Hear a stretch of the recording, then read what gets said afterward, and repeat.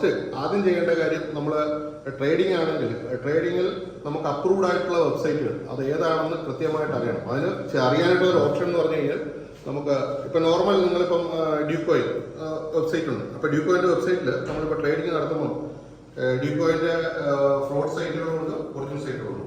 അപ്പോൾ നമുക്ക് ഇത് അറിയണമെങ്കിൽ ജസ്റ്റ് നോക്കിയാൽ മാത്രം മതി. അതിന് ലിങ്കുകൾ, എല്ലാ ലിങ്കുകളും വർക്ക് ചെയ്യുന്നുണ്ടോ ജസ്റ്റ് നോക്കിയാൽ നമുക്ക് വെരിഫൈ അറിയാൻ പറ്റും. മിക്കവാറും ഫ്രോഡ് സൈറ്റിൻ്റെ ലിങ്കുകളെല്ലാം വർക്ക് ചെയ്യില്ല.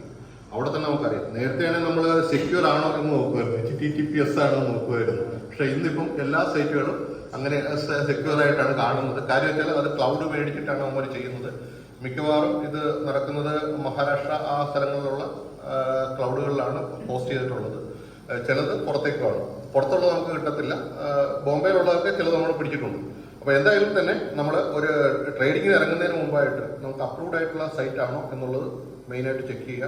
പിന്നെ രണ്ടാമതായിട്ട്, ഇത് എല്ലാ ഫ്രോഡ് അറ്റംപ്റ്റിനും ബേസ് ആയിട്ടുള്ള കാരണം എന്ന് പറയുന്നത് സോഷ്യൽ മീഡിയ ആണ്. സോഷ്യൽ മീഡിയയിൽ നമ്മൾ ഫ്രണ്ടായിട്ട് ആഡ് ചെയ്യുമ്പോൾ ആ ഫ്രണ്ടായിട്ട് ആഡ് ചെയ്യുന്ന ആള് നമുക്ക് പരിചിതനാണോ എന്നുള്ള കാര്യം നേരിട്ട് മനസ്സിലാക്കിയതിനു ശേഷം മാത്രമേ ആഡ് ചെയ്യൂ. അല്ലാതെ നമുക്ക് ഒരു ഫ്രണ്ടിന്റെ ഫ്രണ്ട് ആണ്, അയാളുടെ ഫോട്ടോ വെച്ചായിരിക്കും ചിലപ്പോൾ നമുക്ക് റിക്വസ്റ്റ് വരുന്നത്. അങ്ങനെയാണെങ്കിൽ ഒരു കാരണവശാലും നമ്മളതിനെ അപ്രൂവ് ചെയ്യരുത്, ഡിനൈ ചെയ്തേക്കുക. അങ്ങനെയുള്ള ആൾക്കാരെ ആഡ് ചെയ്യാതിരിക്കുക. ഇതാണ് മെയിനായിട്ട് ശ്രദ്ധിക്കേണ്ട കാര്യം. സോഷ്യൽ മീഡിയ, അതുപോലെ തന്നെ സോഷ്യൽ മീഡിയ വഴി വരുന്ന ലിങ്ക് വഴി ഒരു കാരണവശാലും നിങ്ങൾ ഒരു വെബ്സൈറ്റിലേക്കും കടക്കാതിരിക്കുക. അപ്പോൾ നമുക്ക് സോഷ്യൽ മീഡിയ വഴി വരുന്ന ലിങ്ക് നമുക്ക് വേണം നോക്കാം. ജസ്റ്റ് ആ ലിങ്കിൽ ക്ലിക്ക് ചെയ്ത് കഴിഞ്ഞാൽ ആ സൈറ്റ് ഓപ്പൺ ആയി വരും, ഒരു വെബ്സൈറ്റ് ഓപ്പൺ ആയിട്ട് വരും.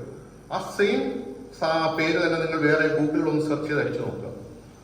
സെയിം ലിങ്ക് അല്ല, ആ പേര് തന്നെ അടിച്ചു നോക്കുക. അടിച്ചു നോക്കുമ്പോൾ നമുക്ക് കാണാം ഒറിജിനൽ സൈറ്റും ഇതും തമ്മിലുള്ള വ്യത്യാസം എന്താണെന്ന് കറക്റ്റ് നമുക്ക് കാണാൻ പറ്റും. അപ്പോൾ രണ്ട് സൈറ്റിൽ ചെറിയ വേരിയേഷൻ കാണുള്ളൂ. കാര്യം ചിലപ്പോൾ ലിങ്ക് പേജുകളെല്ലാം ഈ ഉമ്മാർ തന്നിട്ടുള്ള ഇതിനകത്ത് വർക്ക് ചെയ്യില്ല. അത് ലിങ്ക് പേജ് എന്ന് പറയാൻ ഒരു ടാബായിട്ട് വരുന്നത്, ആ ടാബുകളൊന്നും ചിലപ്പോൾ വർക്ക് ചെയ്യില്ല.